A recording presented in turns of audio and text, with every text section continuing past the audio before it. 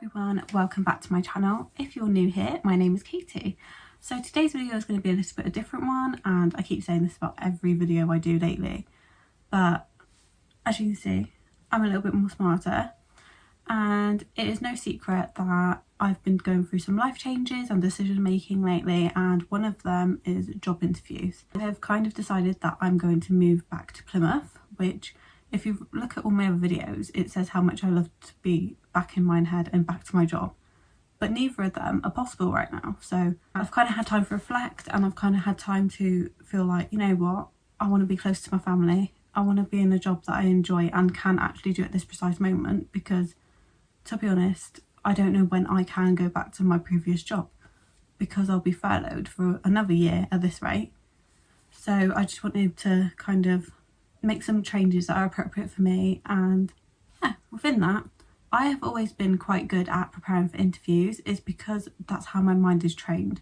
I feel like I need to be prepared for anything, like not even just an interview. I need to be prepared for my day, what I'm going to have for tea that week. What I'm constantly in to prepare myself, because I hate change and I hate unexpected things and I hate obstacles and stuff. I just want to be mentally prepared.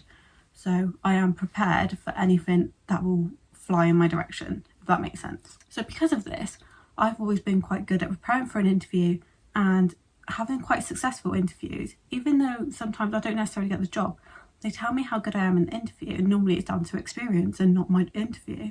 So I'm going to use that skill set. I'm going to tell you a few hints and tips of how to prepare yourself to be successful in a job interview. And I feel like this is so relevant right now, because people who are not in jobs right now, or are furloughed, or are looking for a new career path because they've been laid off because of COVID, this is the perfect video for you, because I will tell you exactly how to prepare for an interview and make you feel like you can go in there and nail that interview and get the job.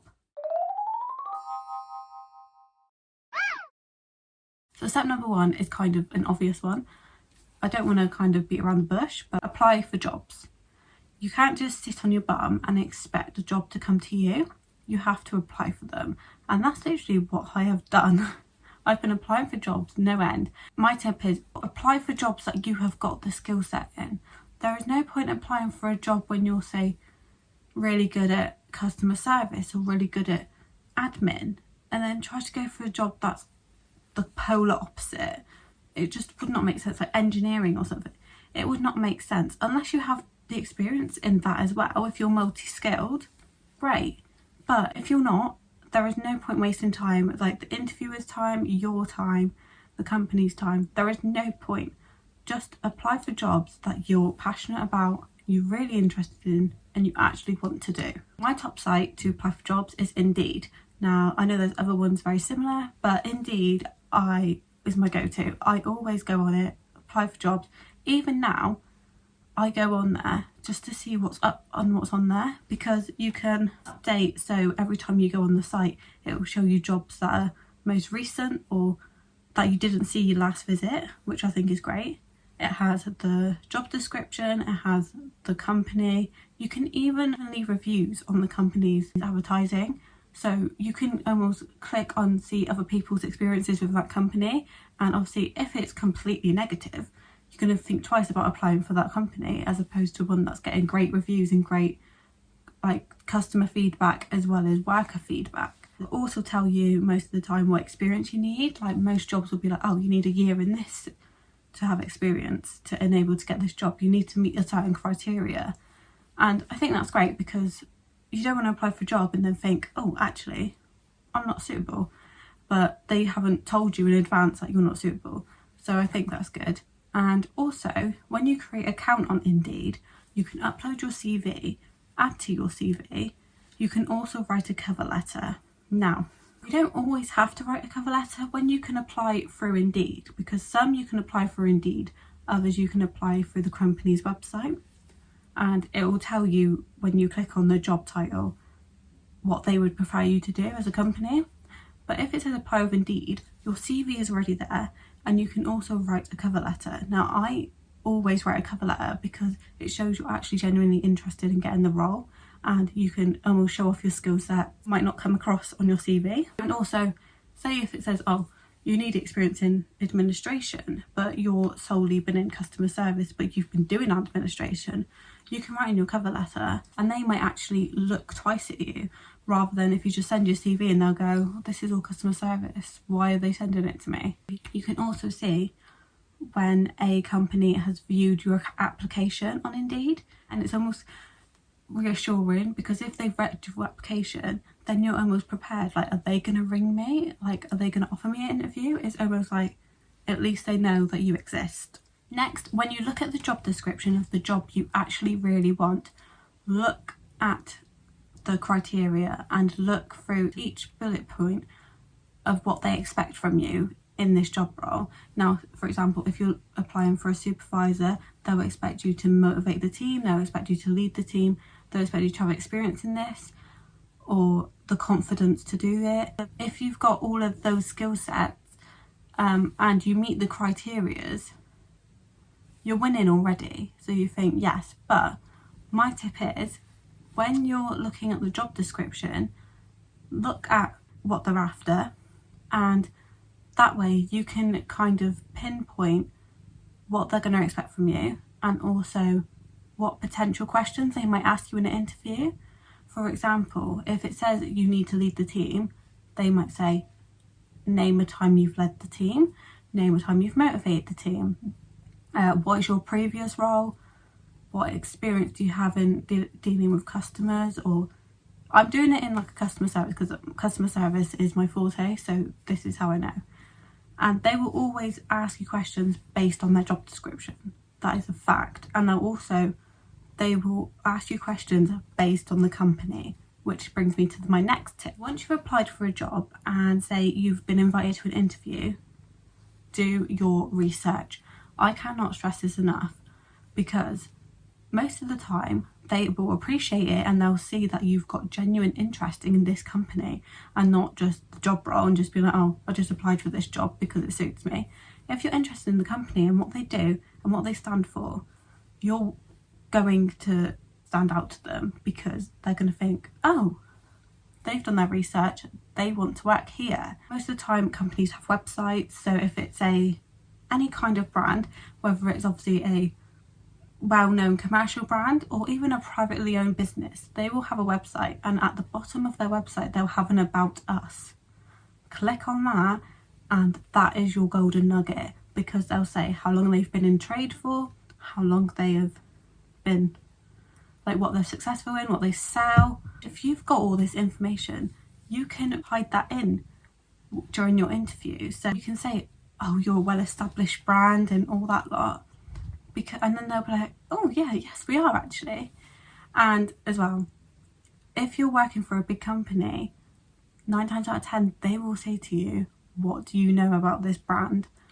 Now, I actually applied for Toolstation and I'm not greatest at tools and stuff, but having that knowledge, doing that research, I could tell them all about their brand and how long they've been going for, what they sell, how many products they sell. I could tell them everything and they were like, oh, she's done her research, because especially I know they've got to be equality and stuff nowadays, but they'll see a girl like me applying for Toolstation and they'll think she hasn't got a clue.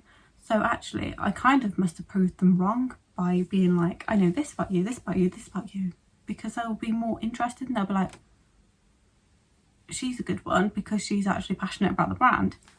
So it's a great way to put yourself across, knowing that you're dedicated to the company you've applied for. Like I said before, once you've done your research, go back to Indeed and look at the reviews, or go on like websites like Glassdoor, because that's where a lot of staff or previously employed people write their reviews about the company. And it's not always negative. Sometimes they say what an amazing brand there is, but also they give you such good information like possible interview questions, what's the interview like, what the work in there is like, what the benefits are, what the cons are.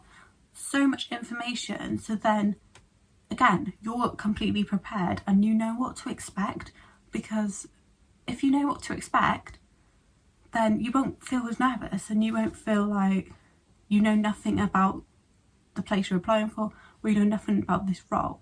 If you do your research in the company, in the job role, in what they're looking for, you are going to be successful in an interview. Yes, you'll need experience and you'll need to answer the questions good, but writing down the questions, thinking of the potential answers you might have, will prepare you so much.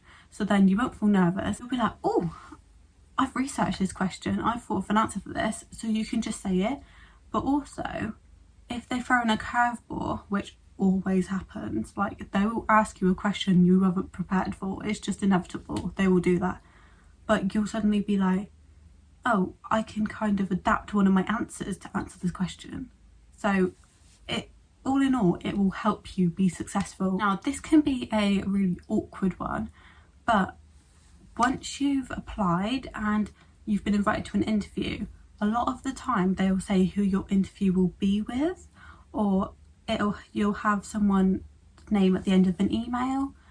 And what I do, which like I said can be a bit awkward, especially if you then click on their profile, check them on LinkedIn. Not only then will put a face to a name, you will feel like you know them because you've already seen their face, so you won't be like, oh, like when you go into the room, you'll be like, oh, I recognise this person. Obviously don't be like, hi, I looked at your LinkedIn, but having that extra knowledge will be like, oh, I already know you, like that kind of vibe, which sounds ridiculous, but it really helped me. But I also then clicked on the profile, and sometimes it gives you a notification if someone's checked your profile, so that would have been really awkward if they brought it up. But also with LinkedIn, it's a professional site. It's for professionals, it's for workplaces, it's for employers. So it's not like you're stalking their Facebook and you want to add them as a friend. Completely different. So if you do find them on LinkedIn and you do click on their profile by accident, at least they know that you've actually, again, done your research, shown interest. Right, now you've made it to your interview day, whether it's a virtual interview or a face-to-face interview, because obviously, given the times, it is very dependent. So regardless, wake up early, get ready early, have a good breakfast because that will stimulate your mind, and just relax. Don't even think about like the fact that you've got an interview. Like normally I just get ready, and because I'm a girl, it takes me a while to get ready, that kind of takes over most of my morning, so it takes over my brain. So I'm not really thinking about my interview. Yeah, in the back of my head I'm like, right, I can answer this question with this, I can answer this question with this, but I'm not properly thinking about it and panicking. I'm like trying my best to just distract myself, which is a good thing, but it also can be the opposite, because if you're then too distracted, you'll completely forget any answers that you thought about. I must admit, I did a face-to-face interview and it was so difficult talking for about 20 minutes in a mask. I was getting so like hot, because obviously so much hot air is getting into your face. I was like, after a while I was going, sorry, because I literally couldn't breathe because the mask was just going.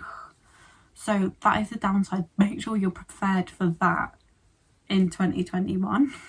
However, virtually, you don't have to wear a mask, so that is a good thing to start with. But with a virtual interview, make sure your connection is good, make sure you've got all the details for the, say, Teams meeting or the Google meeting. Make sure you've got the links and everything set up, because you don't want to be scrambling trying to find the link, when that will just add an extra pressure on your mind. So make sure that is prepared for you. Also, find a quiet, less distracting area. Maybe have good lighting as well. I'm not gonna lie, I used my ring light for one of my virtual interviews, so that was a bit extra. But if you've got good lighting, you don't have to worry about the fact like, oh, can you see me? Can you hear me? I do it on my phone rather than my laptop, because my laptop speakers was atrocious, so I did do it on my phone, and I looked good as well as giving a good interview. So, but yeah, definitely don't get distracted by anything. If you're not using your phone to do the virtual interview, put your phone away so you don't get distracted by it. Also with a virtual interview, you're not in person with them, so if you need a little prompt or whatnot, you can hide them, like you can have them in front of you, but obviously don't be dependent on them. It can hinder you as well, because if you're just reading through a bit of paper, that like, what? Because you would never be allowed to do that in a real interview. But have it to the side, so then if you're kind of thinking, oh god, I can't remember what I was going to say about that, you can have a little glance. They're not going to question you. Virtual interviews are kind of becoming more and more popular, so you have to kind of be prepared for all kinds of interviews nowadays. But yeah, that is about it. I hope you enjoyed my tips. They were a bit straightforward, they're a bit obvious, but sometimes people just forget the simplest things when they're going for an interview. And I just wanted to kind of reiterate the importance of these things to make sure that you will smash the interview, you will get the job you want, and you can stop worrying. It's really good for your pride. Anyway, I hope you liked this video. Like and subscribe if you did, and I will see you in the next video. Bye!